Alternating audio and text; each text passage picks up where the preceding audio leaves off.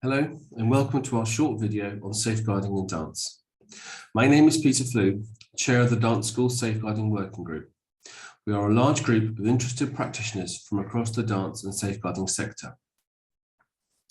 Our group was created with the aim of protecting children and adults at risk who attend dance teaching in out-of-school settings in the UK by supporting and facilitating the implementation of high standards of safeguarding. We have prepared this short dance-specific safeguarding video, which should be used in addition to standard safeguarding training. All safeguarding courses should include clear training on the following: the need for safeguarding children and adults at risk and everyone's duty of care, the definitions of abuse, including physical, emotional, and sexual abuse and neglect, and this should include indicators of abuse, as well as situations where children are at risk. What to do if you suspect that a child has been abused, is at risk of being abused, or if a child discloses abuse. In 2021, we published the resource Safer Dance Supporting the Conversation, a detailed analysis of dance school-specific areas of concern, which we feel all dance teachers should be aware of when they're thinking about safeguarding. This video summarises the key information in this document and is part of a resource pack we have created for dance teachers, which is freely available to download on our website. In this video, we will look at the context of dance when considering safeguarding. We will cover the key differences we need to consider when we look at safeguarding in dance. Starting with the overall context, we will look at general points to consider and then specifics related to the four key definitions of abuse.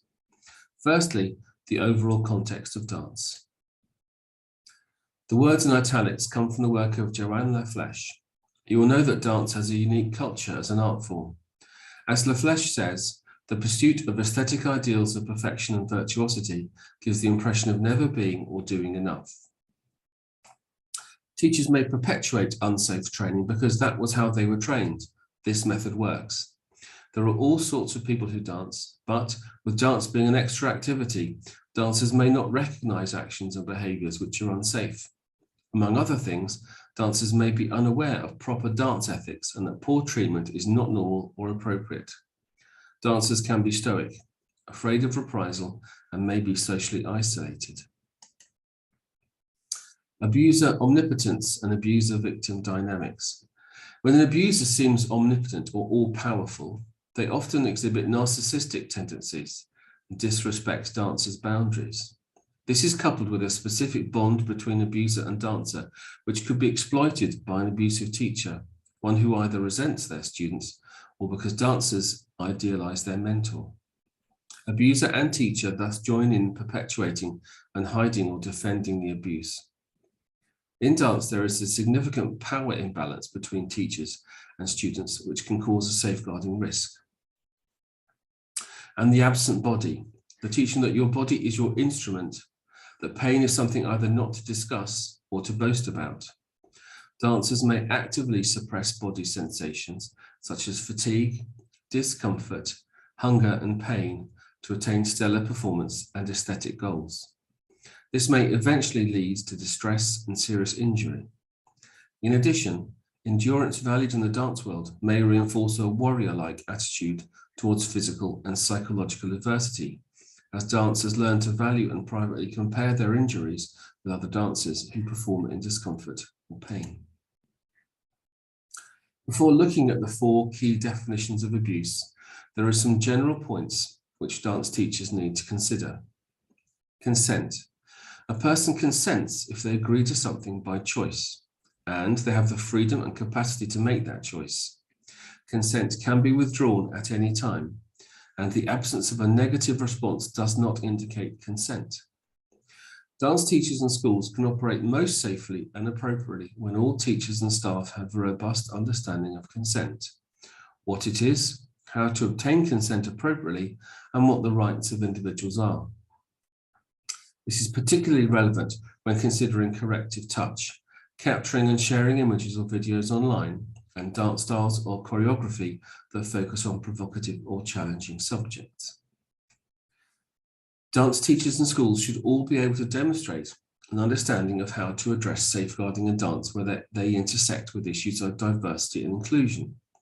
For each type of abuse, consideration must be given to understanding whether the issues or risks are greater or specifically different for members from diverse communities, and they must think about equal protection for all students, whatever their protected characteristics or combination of characteristics. Examples for consideration are ethnicity. For example, what does classical hairstyle mean for a child with an African heritage? What myths around body type or innate flexibility are perpetuated through cultural acceptance? What are skin colors for ballet and ballet shoes or tights? Transgender and non-binary considerations. For example, students that are impacted by insensitive language around male stance or female arms. And then there's religion. For example, forcing a student to wear dance clothing that's not respectful to their religious beliefs or culture, or isolating them because they adapt guidelines to be so. There's disability. For example, a disabled dancer is bullied or diminished because a teacher feels they do not meet their aesthetic criteria. There should also be recognition of invisible disabilities, as well as specific learning differences. And there's neurodiversity. For example, understanding that your students learn and process information differently, and teachers should be aware of how students learn and be able to modify their teaching strategies and communication style appropriately. Moving on. Child mental health issues. Now, dance teachers and schools should develop a sound understanding of child mental health issues, including the factors that can contribute to poor mental health and what can promote good mental health. On one hand, poor teaching practice can undermine a child's mental health as well as physical health and have a long-term negative impact on the child's overall health and well-being. On the other hand, participating in any dance activity can improve a child's resilience, skill, social interactions, and physical health through sound teaching practice. There are many training providers who can help with mental health training, including St John Ambulance. Please Google their website. Safer recruitment and vetting processes should be routine and not exceptional. This is important in dance because dance teaching is a role not limited by national boundaries or territories, where teachers regularly travel nationally and internationally. This allows an abusive teacher to move quickly out of a country to avoid exposure or capture. Following up references and criminal records checks before commencement of employment might capture this and deter those with things to hide from applying. Ensure your dance school is not seen as a soft touch by making the need to provide references and police checks a deal breaker when hiring teachers. And don't forget guest teachers or summer school teachers, they need the same level of scrutiny. Does everyone in or associated with your dance school know how to raise a safeguarding concern? Dance schools and teachers should have written safeguarding, disciplinary, complaints and whistleblowing procedures that are accessible to children, parents and carers, volunteers and staff, and are easy to follow. Transitioning. Everyone should consider the transition from child to adult, i.e. from age 18. Safeguarding policies and procedures for students who become legal adults while studying dance need attention because students newly reaching legal adult status do remain vulnerable to abuse and where intensively training in dance may be emotionally immature, so they continue to need support growing out of child safeguarding. Now, the law and principles for safeguarding children and adults are different, and so policies and procedures need to reflect these differences. A combined safeguarding policy for a small school may make sense, but this should highlight the different consent and reporting criteria for adult safeguarding. Dance schools, particularly vocational schools, should consider offering safeguarding training to all dance students, because many dance students participate in teaching or coaching for part-time work or on a voluntary basis. So they may only have received dance training and not formal teacher training. Thus, they may have missed out on receiving safeguarding training. This will broaden awareness of being safe in dance for all participants and encourage confidence and agency if faced with a concern. And finally, I encourage you to look at this One Dance UK resource on making dance accessible. There are a range of indicators of abuse and neglect which can apply to any child, and so these are not replicated here. Rather, we have sought to identify the risks and indicators within the dance context with reference to the 4 types of abuse and neglect.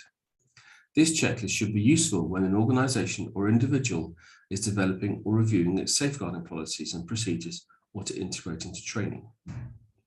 Physical abuse. Dance teachers should be mindful of the following. 1. Abusive teaching strategies employed on purpose that include insistence on working or training through pain, little or no refreshment breaks, including working through scheduled breaks in a long rehearsal, and punishment via physical exercises or additional practice. There is the normalization or a culture of pain, hitting, slapping, shaking, throwing things at a student, hair pulling. There's forceful correction, including use of aids such as tying a broomstick to arms to force good posture, or forcing a stretch or a placing or a position and encouraging students to force each other. Emotional abuse. That's deliberate, repeated, non-contact behavior that causes harm to the child. Because of this treatment, dancers may develop an overcritical inner voice and never feel good enough, knowing they're easily replaceable. This includes creating a culture of fear in the studio and bullying behavior, for example, displays of temper from a coach, to leverage dependence and desire to please.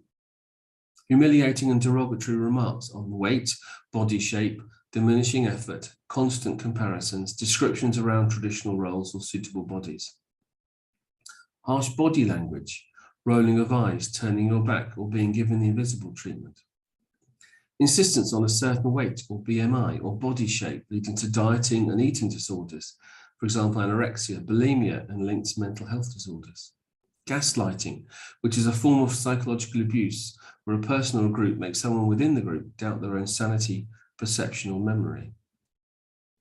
Withdrawal of attention or opportunities based on a perception of a student's weaknesses, for example, injury or illness, or as retaliation.